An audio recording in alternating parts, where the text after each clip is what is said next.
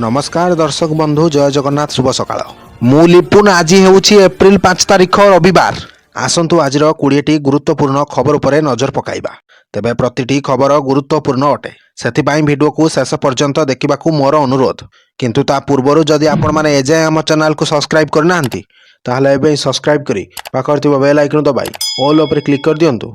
प्रथम खबर भारत रे आजिठू आरंभ हैला E20 पेट्रोल बिक्री स्वच्छ परिवहन दिगरे भारत एक बड़ पदक्षेप ग्रहण करिछि।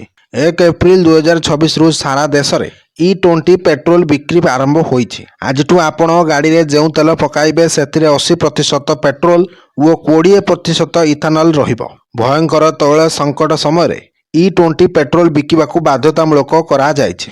इथानल हेउछि वैज्ञानिक प्रक्रिया रे उत्पादित एक प्रकार अल्कोहल जहाकू पेट्रोल रे मिसा जाई जानवाहन रे परिवेश अनुकूल इंधन भावे व्यवहार करा जाउछि। एहा मुख्यतः आखु रस मक्का पचा आलू और पचा पनीपरिबा भली वर्ज्यवस्तु सामग्री रु प्रस्तुत होइछि जहा लिटर पिछा 60 रु 70 टंका रे मिली जाउछि। तेबे ऑटोमोबाइल इंजीनियर को कहिबा कथा गाड़ी पई एहा आदौ क्षतिकारक नुहे। परवर्ती खबर आज सरिबो मैट्रिक खाता देखा मे द्वितीय सप्ताह सुधा फल प्रकाश लक्ष्य। तेबे मार्च 19 रु एही मूल्यांकन प्रक्रिया राज्यर 30 जाक जिलार 50 मूल्यांकन केन्द्र रे चालू आसुची। तेणु मैट्रिक सह आरंभ होइतिबा ओएससी वो माध्यम खाता देखा इतिमध्य शेष हो सारिथिबार बोर्ड कर्तृपक्ष कहिसंती। तेबे अन्य पक्षरे 2टी जिलार उत्तर खाता बुधवार पहुंचीथिबार सूचना मिली।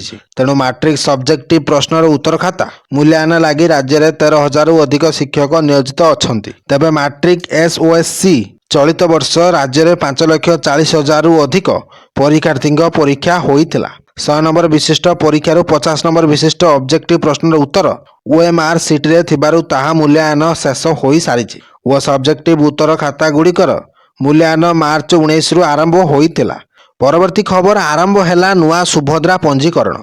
एप्रिल 1 रु आरंभ हेबो नुआ सुभद्रा पंजीकरण। नूतन आवेदन पाई राज्य सरकार बड़ निष्पत्ति अधिक संख्यक योग्य हिताधिकारी को सामिल करबा पाई राज्य सरकार बड़ प्रयास। तेणु एप्रिल 1 रु 30 जाए एक मास पाई सुभद्रा पोर्टाल रे आवेदन करा जाई पारिबो। आवेदनकारी बयस 21 रु 60 वर्ष मध्य होइतिबा आवश्यक।